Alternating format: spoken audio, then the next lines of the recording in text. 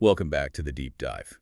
Our mission is to take these huge stacks of research you send us and, well, synthesize the vital knowledge you need to be better informed.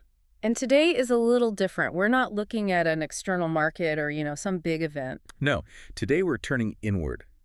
We're diving into the architecture of your own mind. Specifically, the parts that are kind of systematically designed to lead you astray. That's it, exactly. The goal today isn't to learn some new fancy strategy for success. It's more about practicing a kind of intellectual subtraction. We're going deep on cognitive errors. And these are the predictable, routine mistakes our brains just make.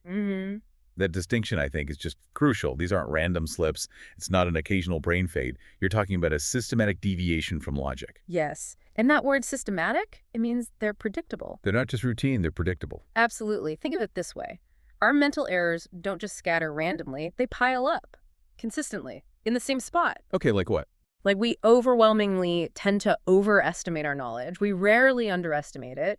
So we all have this predictable blind side. You could call it the overconfidence corner. And the goal is to recognize where that corner is for you. And learn to avoid it. The source material we have for this is so fascinating because it wasn't even written for publication at first. No, not at all. It started as a personal compendium, a kind of defensive toolkit built by a very successful investor. He made this list specifically to fight his own irrationality in these really high-stakes environments. It's the ultimate form of self-defense, really. Yeah. If you can name the flaw, you can spot it in the wild. Whether it's in your own thinking or in a colleague's big presentation. Right. Our mission here is to recognize these specific errors so you can start that process of intellectual via negativa, achieving better decisions by just eliminating the most common pitfalls. Okay, let's unpack that subtraction process. Section 1 seems to be about how badly we interpret evidence because we only focus on what's loud and visible. And the first error on the list is maybe one of the most dangerous in business: survivorship bias. Right. So survivorship bias, it just means we spend all our time analyzing the successes. The winners. The winners, exactly. While the failures, the vast silent majority, they've been completely filtered out. We never see them. The classic example is a stock market index, like the Dow Jones. We look at it and we see this list of amazing success stories. Which gives you a completely skewed picture of the real probability of a new business succeeding. Because every single company in the Dow is an out-and-out survivor. They have navigated decades of competition, failures, crashes. The thousands of other companies that tried and failed, they're just gone, invisible. So when you read a biography of a successful CEO, you're only getting half the story. Or less than half. You identify their success factors, persistence, waking up early, whatever it is, but you don't see that the millions of failed founders often had the exact same traits. We're reverse engineering success from totally incomplete data. And that leads directly to the next one, the swimmer's body illusion. Oh, this is such a beautiful piece of misdirection our brains play on us. It's mistaking a selection criterion for a result. The idea that professional swimmers have those perfect bodies because they swim so much. When in reality, they are chosen to be professional swimmers precisely because they were born with that body type. So the illusion is confusing the prerequisite with the outcome. And this error is everywhere in marketing. Everywhere. You see models advertising cosmetics and you confuse their natural beauty, the selection factor, with the product's effectiveness. Or a university like Harvard. Is its reputation from its amazing teaching? Or is it because it rigorously selects the brightest 18-year-olds on the planet to begin with? That is a subtle but really powerful question to ask. Is what I'm seeing the result of the process, or was it the price of entry? And if you don't ask that, you fall right into the next trap: base rate neglect. Ignoring the fundamental statistics because you got told a good story. Okay, this one hits home. The source uses the Mark example. Mark, a thin man from Germany, wears glasses, likes Mozart. Is he more likely a literature professor in Frankfurt or a truck driver?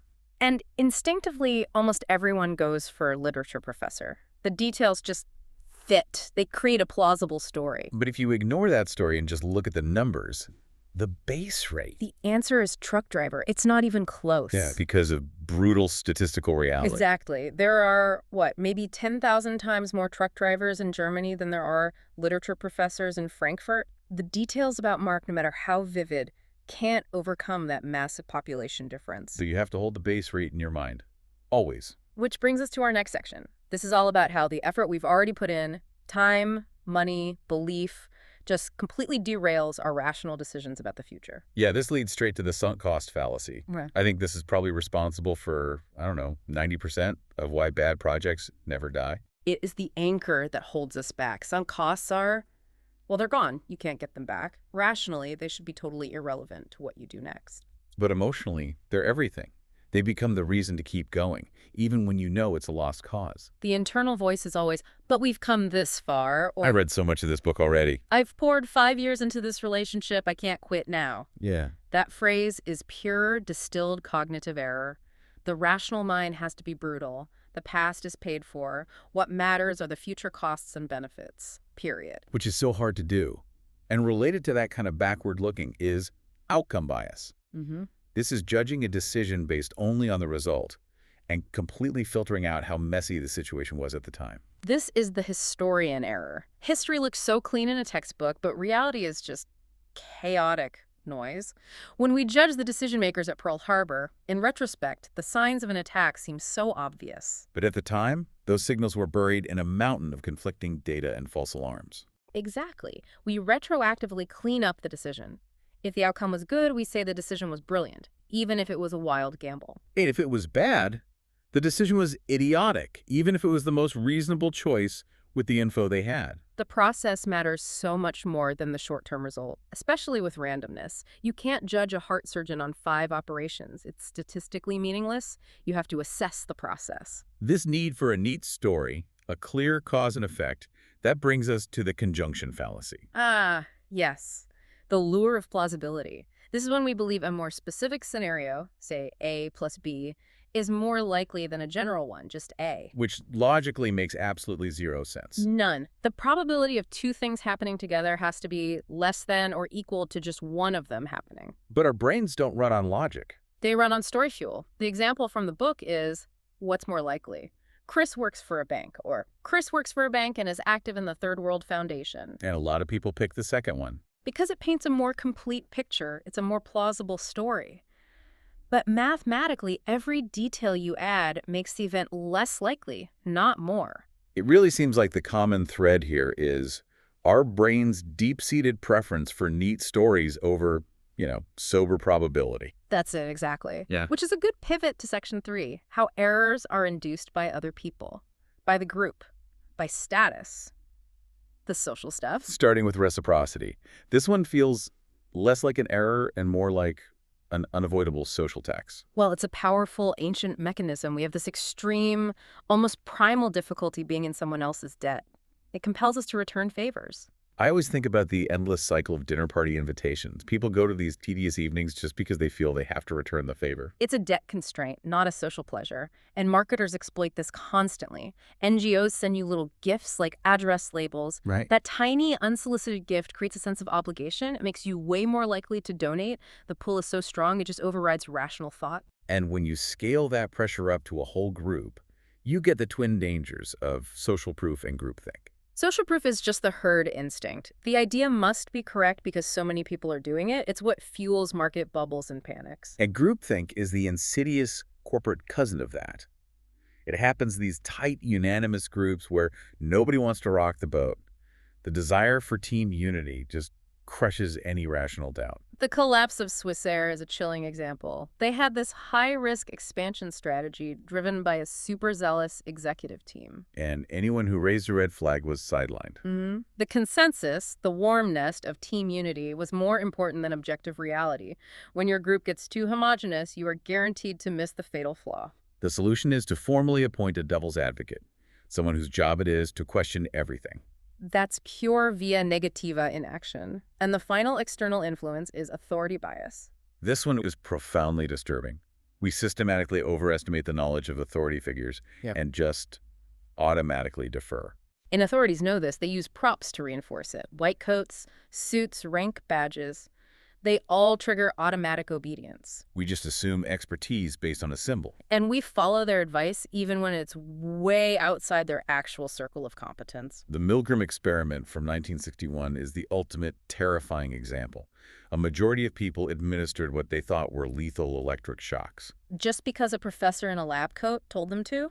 It shows how powerful symbolic authority is over our own basic ethics. It's terrifying. So the lesson is always to ask, is this person actually an expert in this specific thing? If your heart surgeon gives you stock tips, you thank them for their opinion on heart health, and you ignore the rest. That idea, the circle of competence, is a perfect segue into our last section. Practical ways to minimize all this irrationality. Let's start with the one that sabotages our happiness, the hedonic treadmill. This is really about how bad we are at predicting our own long-term emotions. Psychologists call it affective forecasting error. We think the new car or the big promotion will make us happy forever. And we think a negative event will make us sad forever. We're wrong on both counts. The classic lottery winners who are back to their baseline happiness level in a few months. Exactly. Material things only give you a short-term boost. But, and this is the key insight, people never get used to chronic negative things. Like what? Like chronic stress, or a long, soul-crushing commute in traffic. You never adapt to that. So the path to more happiness isn't adding a positive, but subtracting a recurring negative. It's the highest leverage move you can make. Which brings us to a bias in favor of doing things. The action bias versus the omission bias. Action bias is that need to do something, anything, in a fuzzy situation. Even if waiting is the best strategy, society rewards the rash decision maker over the sensible watcher. An omission bias is the opposite. It's a preference for inaction, even when action would prevent a disaster. This is because a bad outcome from our action feels worse than the same bad outcome from our inaction. The source uses that tough example of the FDA head and the drug for the terminally ill. It saves 80%, but it kills 20%. Most people will withhold approval because actively causing 20% of deaths feels morally worse than passively failing to save the other 80%. Even though the math says you should approve it. We irrationally prefer the passive error. Our final error to cover is the illusion of skill. Believing our success is due to our own genius when it might just be luck.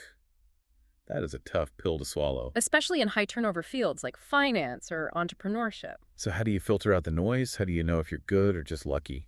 You start by acknowledging that some games are just high luck games. And then you listen to Warren Buffett, who said success is far more a function of what business boat you get into than it is of how effectively you row. If the tide is going out, the best rower in the world still struggles. And if the tide is coming in, even a bad rower looks like a genius. So after this whole inventory of errors, what does it ultimately demand from us? It demands the via negativa.